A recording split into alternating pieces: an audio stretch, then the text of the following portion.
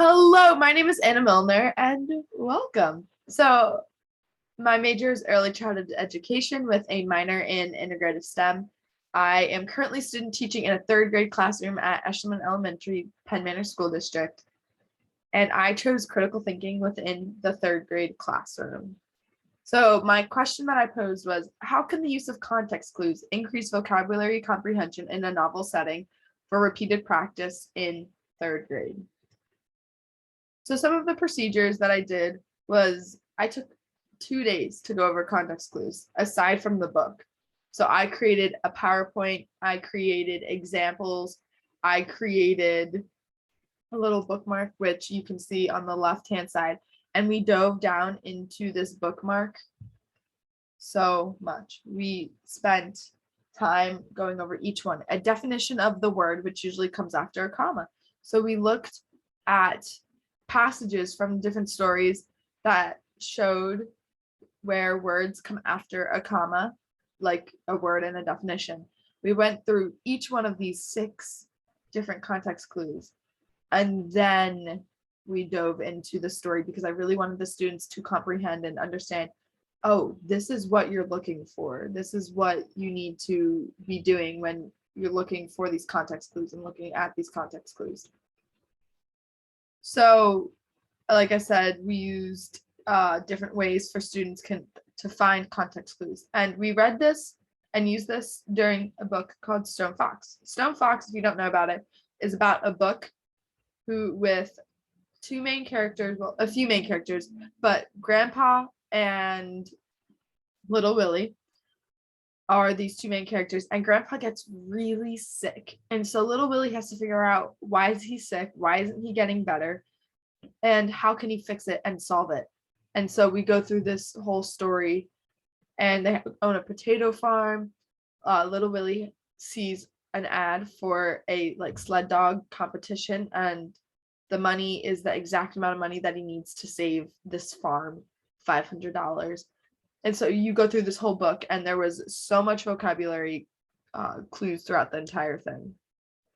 So one of the things that we did as well, in addition to these the context clues bookmark, was I did a pretest, and I made both of these worksheets myself. I took examples from the book and stuck them in there. As you can see on the left, students did not know what they were doing at all.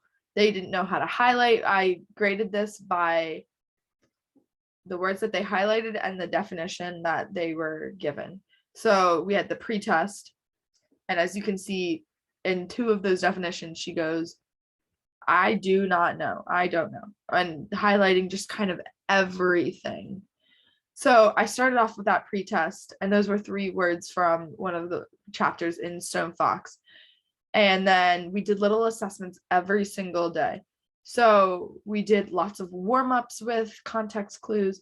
As you can see on the right here is one of the examples, and this one doesn't have to do with Stone Fox.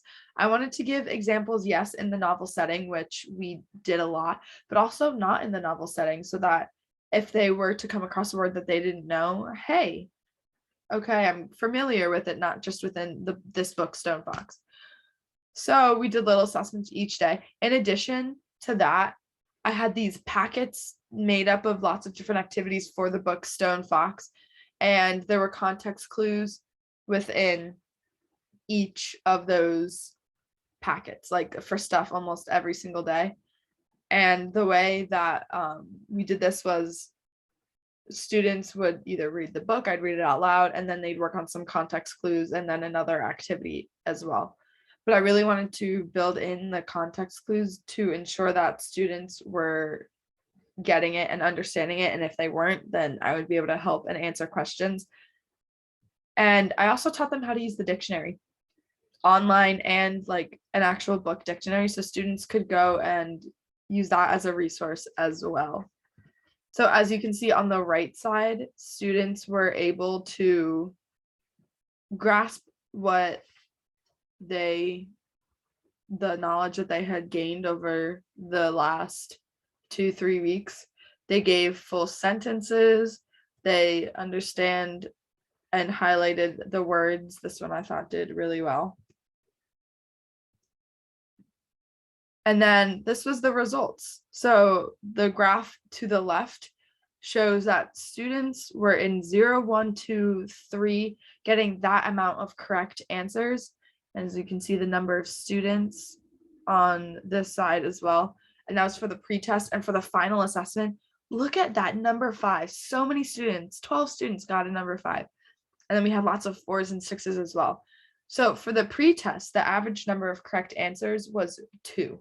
And by the time we got to the post test, it was 4.16, which I think is absolutely incredible. The scores more than doubled. And some of the little imperfections and stuff might have been that students who had just joined our class might not have been there for the pretest or for the day that I talked and taught all about context clues. So overall, I think the students did a phenomenal job learning about context clues. As you can see, the scores doubled, and this was with the whole group. So I think they did well. So I was reading one of the journals from Tiffany Teal, and she had come up with some really great ideas of and reasons why context clues are so important. So I have them on my phone that I'm going to read. Again, this is Tiffany Teal.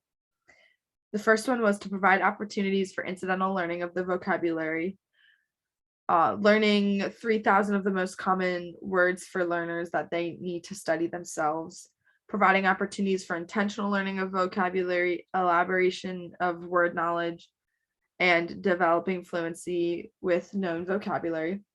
The next one is guessing from context. So one of the context clues is to make predictions.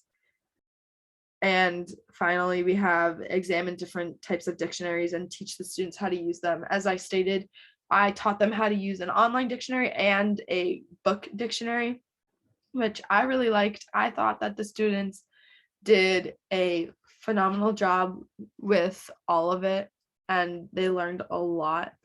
So to conclude, these are all of my students. I've been given permission by the teacher to use this photo. But all of these students learned so much. I just finished up 2 more groups of reading an I Survived book, which is a completely different book. But within the I Survived book, we have little packets of activities and questions that they get asked for every single chapter. And a lot of them have context clues in it. And I did this context clues way back in February with them, and most of them still have their bookmark. They still have it out. Whenever we do the I Survived questions, they get so excited. They're like, Miss Miller, you have to highlight context clues because we want to do that. And I'm like, okay, I promise I will include it. So clearly the students are learning it and loving it. And I even have one little boy who will come up to me and be like, Miss Milner, I used my context clues little bookmark, and look, this is the word, and this is the word that I've now learned and the definition. And I go, amazing, good job.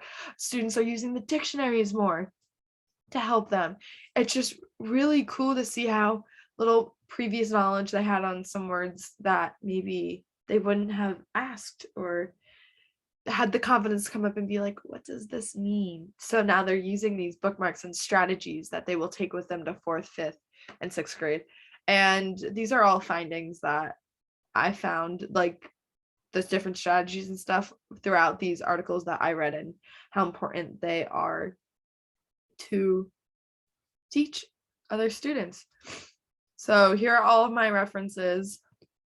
And I want to give a huge thank you to Millersville University for putting on this conference, to Dr. Wolfgang and Michael Holtzapple, my supervisor, for letting me do this way, because I'm currently in Iceland when this comes out at a conference. So I want to thank you for giving me the opportunity to still be able to present and do other educational opportunities as well. And then I want to thank the entire Made in Millersville team for putting this together. You guys have worked so hard, and I just know it's going to be a phenomenal conference. So thank you. Bye.